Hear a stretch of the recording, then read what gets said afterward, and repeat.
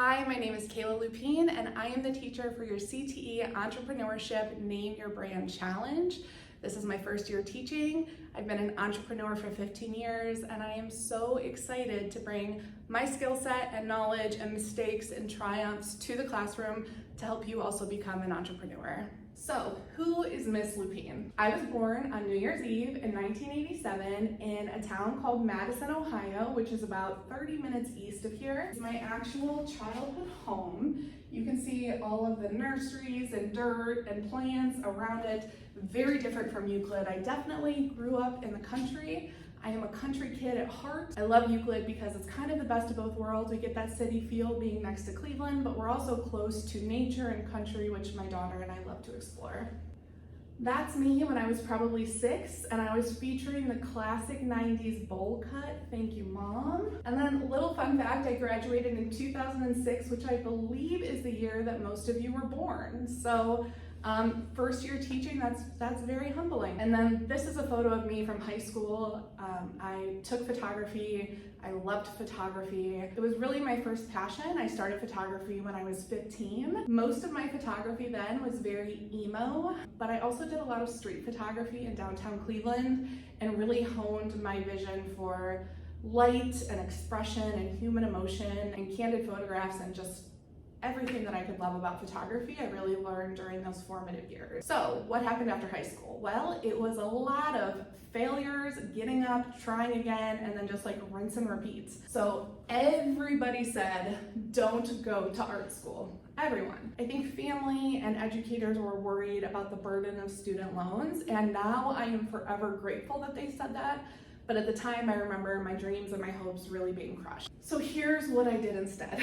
In 2006, I attended Cleveland State University while working part-time at a law firm as an administrative assistant, eventually turned legal assistant. In 2007, I took on another part-time job working at a dentist office in downtown Cleveland, and I was their receptionist. And then finally in 2008, I quit both of those jobs because I found a higher paying job working for a commercial real estate developer. And at this point, my heart was just not into school. I didn't know really what I wanted to do, but I knew with this new job, I was making my first salary with benefits. I decided to stop going to Cleveland State and to pursue this position and this job and figure out what I really wanted to do from here. In 2009, my boss asked me if I would take family photos for her. I must have mentioned in passing that I loved photography or that I had a camera. So we went out in the middle of the winter, did a little photo shoot, and I was just immediately sucked back in. I had put photography on the back burner, and it was immediate. I did those family photos, and I thought to myself, why am I not doing this? And why am I not making money doing this? So I continued to work for another 5 years as I started my photography business until 2013 when I quit my full-time job and took my business full-time, which was a very scary but exciting leap. In 2016, I bought my first home in Euclid. I've been here ever since. And in 2017, I adopted as a single mom, very unexpectedly, and we've been together since the day she was born, and she'll be 7 years old in October. In 2020, when COVID hit, I lost 90% of my business because they were weddings and everyone was canceling their weddings. So I found myself as a single mom, single income household, really having to figure out how to provide for myself and my daughter, which is a situation that I know lots of the population found themselves in when COVID first hit. So I was racking my brain trying to figure out what was the best path forward, and that's when I decided on nursing school. My mom is a nurse, my brother is a nurse, so I'm familiar with the field and what it entails, and I actually finished all of my prereqs except for 2, because that's when I had my idea for my current business, Play Mazy. So I started Play Mazy right at the tail end of 2020, and I am still running that business today. And then last, but certainly not least, in 2024, I am now Euclid High School CTE Entrepreneurship teacher. So my journey after high school has been exactly that. It's been a journey. Lots of twists and turns, lots of trusting the process. That was back to photography. One of the most important parts of being an entrepreneur is understanding your why. And sometimes you can't understand your why until after the fact. Starting with, why did I quit my 9 to 5? This feels very easy now. Zero creativity and repetitive work. It was lots of spreadsheets and internal paperwork, just nothing creative. And that's just not how my brain is wired. And I know that there are a lot of people that thrive in a 9-to-5 setting with lots of control and tasks being handed to them. But I think maybe that's part of my ADHD. I think that's part of just how I was born and my desire to be creative. But a 9-to-5 did not suit me in that way. I also couldn't stand cubicles and overhead lights. I don't know if you can tell now, but I'm just using natural light in here. And as long as it's a sunny day outside, that's how the class will be. I find it to be very overstimulating when the lights are all turned on, and especially when you're stuck in a cubicle. I just really crave the freedom on a nice day to be able to go enjoy a nice day and not spend Monday through Friday in an office, 9 to 5, you get to the weekend and maybe the weather isn't great. After so many years, that added up to a real desire just for freedom in my schedule. 3, I craved novelty. I felt like every single day was the same. I just knew what to expect. I woke up knowing exactly how my day would go, how it would end, what would happen when I came home. And again, for a short time that worked for me, but over time, I needed something different. And the biggest one, I just was not fulfilled. I didn't feel like I was helping anybody. I didn't feel like my work served a purpose other than the bottom line of a business financially. Again, for some people that works great. For me, that's just not my motivation in life. This is me in my photographer era. It was one of my favorite eras of my life. I photographed weddings, portraits, I did photography for businesses and products. I traveled for photography. There was really very little about that business that I struggled with. It was so amazing after all of those years of working in offices to really get to do something that I was passionate about, make my own schedule, be self-directed on tasks without someone telling me what to do. These are some of the photographs that I took. I just picked a few out for this slideshow to kind of show you what my style was. I loved candid photography, natural light, real emotions. I couldn't pick a favorite between weddings, families, babies. I loved anything that had to do with real emotion, which is just life in general. So as long as I was capturing life happening, I was a pretty happy photographer. So here's what I enjoyed about the photography business. It was both creatively and emotionally fulfilling. I was able to use my creative eye, I was able to use light, I was able to edit, I was able to change cameras and lenses and try all these different techniques, but at the same time, it was emotionally fulfilling because people loved their photos. I was capturing their family at a time that was really precious to them, or I was capturing a wedding day, which only happens once. I've even photographed families when they had someone who was dying of cancer in the next few weeks and they wanted some very last family photos. I photographed deliveries, babies being delivered in real time, which was like the highlight of everything. So emotional and happy and just wonderful. I also really valued the friendships that I made with other vendors and with my clients. There's still many that I talk to this day, and it was a very enriching part of my life, just making friends that were like-minded, who were also creative. It really filled that hole in my life. And also with photography, there was a huge opportunity for growth always. So if you were doing right by your clients, if you were providing them with a quality product, they were constantly referring me to people. I didn't really have to advertise. I had social media and all of that, but there was always growth that was happening within the business. You would raise your prices. Someone would ask you to travel to a different state. Your clients would have bigger budgets. The weddings would be more grand. There was always growth that seemed to be happening, which kept it exciting. But eventually that career ended, so here is what ended it. So first, this is something a lot of people don't like to talk about, but becoming a mom is one of the things that ultimately ended up ending this career. My priorities changed. Despite other factors that ended the business, I valued my time so much more, and with photography, you're always gone on the weekends. So as my daughter got older, I really knew that for me to be present with her in the way that I wanted to be, I needed to be working during the week and having my evenings and weekends free to spend time with her. And then of course, COVID hit, which I already touched on. I also found myself becoming jaded. So I remember the first decade of my business, I would show up to weddings and just be in awe of the decorations and the wedding dresses and the shoes and the details and the invites. And then as more years went on, and the older I got, I just became jaded. I started seeing it in a different light. I almost became a little judgmental of how much money was being spent on one day and how much that money could change other people's lives or could be spent on a home or something that would really last long term. I also felt like a lot of people were having weddings and using their photography as a means to like boost it on social media, and it all just started to feel a little disingenuous, which I think can happen in any career field the longer that you stay in it. And it's also a good sign that it's time to get out of it if you start to feel jaded. And last but not least, oversaturation. As I said, when I first started photography, digital cameras just were not a thing. They were just starting on the brink, and when I started photography, there were only like a top 5 photographers in the area that were really, really good. Now, if you go on Instagram, you can find hundreds of really pretty good photographers in the area. It makes it difficult to stand out in a market and to charge a premium price. It leaves little opportunity for growth within the market because there's always new people starting. And so that was the eventual downfall of the photography business. If photography was my foot into the door of entrepreneurship, then Play Mazy was the full college experience.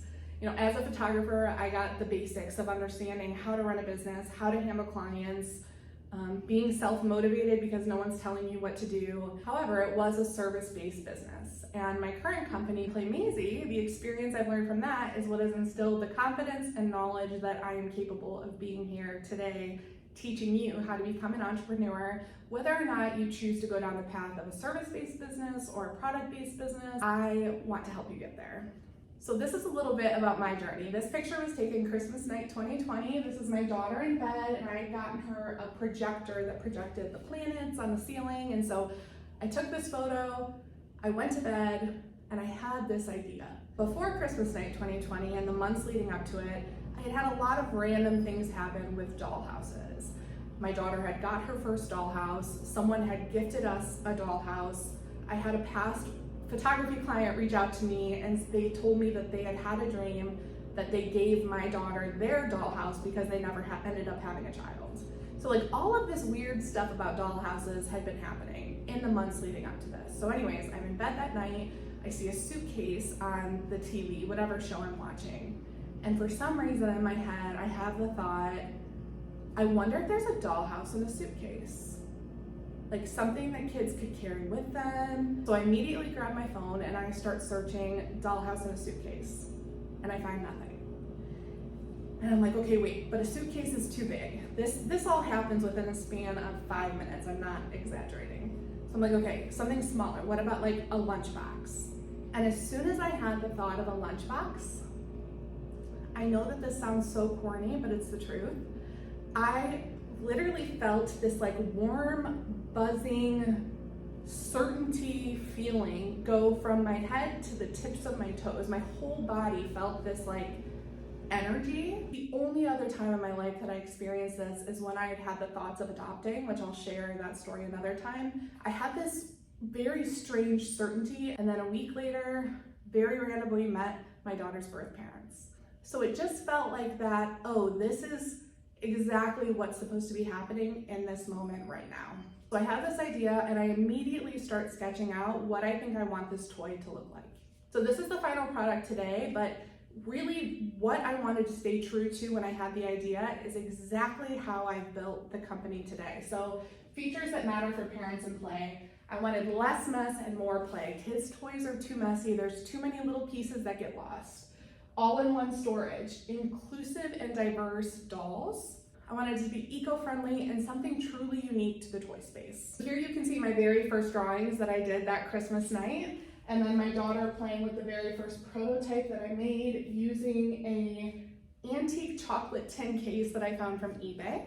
Here are some more photos of us building the final prototype so that we could launch. And then we launched the Kickstarter campaign on March 3rd.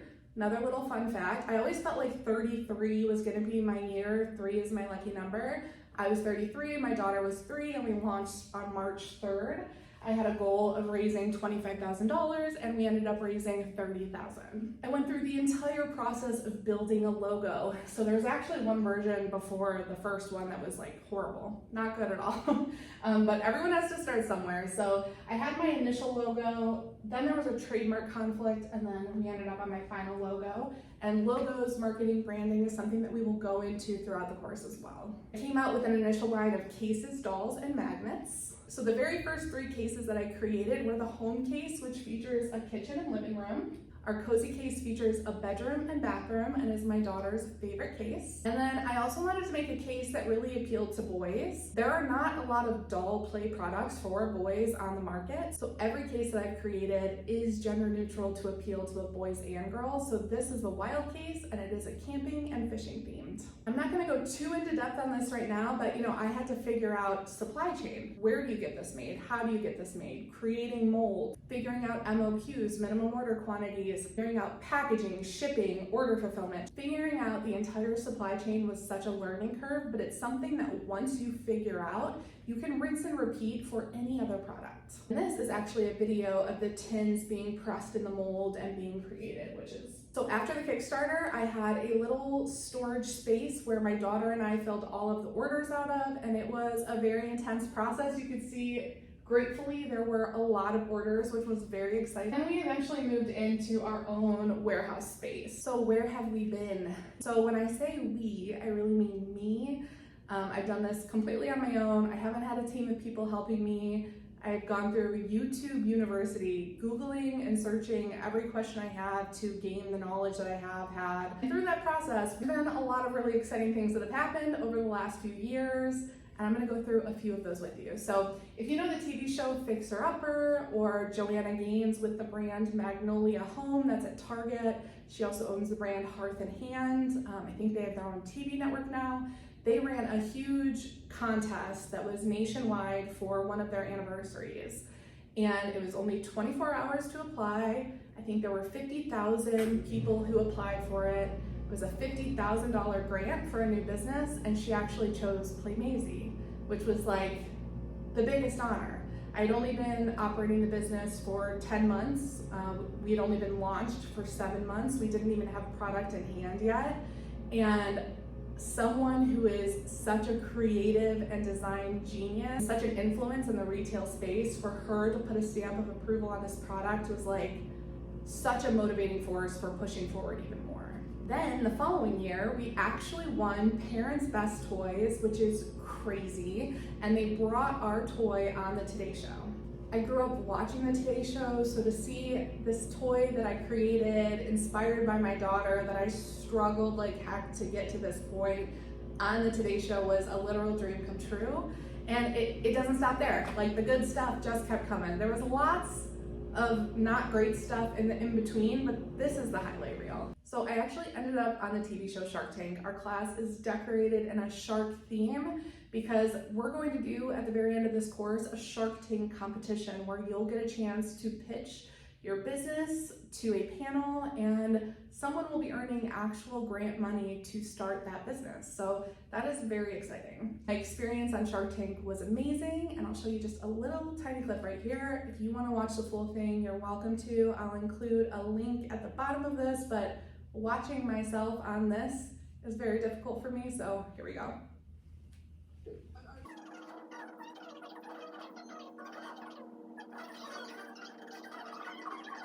So that was easily one of the most exciting moments of my life. Barb has been a phenomenal investor, person, friend. Her team has been phenomenal to work with. It was an absolute dream come true to be on a show that, again, I've watched for years, and I still really can't wrap my head around the fact that it happened, but I am super grateful. Then I attended my very first toy trade show called Astra, which I think is the second largest toy trade show in the country. And at this trade show, the very first person that came to my booth was Barnes & Noble. And from that meeting at the trade show, I secured a purchase order with them. We are in all of their stores nationwide, and they actually just placed a follow-up order, which is really exciting. Always hope that a store is happy with the product, and the way that you find that out is if they place another order. So I just got that a few weeks ago. I'm very excited and happy about it. And then just a few months later, I attended New York Toy Fair, which is the second largest toy fair in the entire world. There's only one that's larger in Germany, which I have not yet attended, but Barb actually came to my booth and did a meet and greet, and it was just a phenomenal, and to see all the other companies and to get to spend some more time with Barb and her team. So this is kind of the vision that I had last fall for where we were going. I wanted to introduce 3 new cases, create a book, switch our dolls from being cloth dolls to wooden and magnetic dolls, and even create some dress-up magnet sets for the dolls. And here we are today. Those 3 new cases have become a reality. We just received the production samples a week ago, and they are currently in final production right now. And even though that's all ridiculously exciting, this is like blow your mind. I don't even know what's happening. So we created a toy for the White House. The White House is opening their own virtual experience museum, and they wanted a custom toy that really reflected the experience of being in the Oval Office and the State Dining Room. So this is our White House case. It is also currently in production, and I will be traveling to the White House with my daughter in September to film an update at the White House with Shark Tank, which is really exciting. We revamped our packaging because originally the packaging was just for online sales. It was not good for shelf, so we redesigned it so that it would work really well in retail on shelf. And this is another thing that we'll go over in class, is designing your own packaging. So that is a basic summary on me, my history, what has brought me here to this classroom today to teach you and to help you and have you also teach me. I am so excited to see what your generation has to think about the world today, what the world needs more of, what the world needs less of, and how you can actually impact that as a student here at Euclid High School.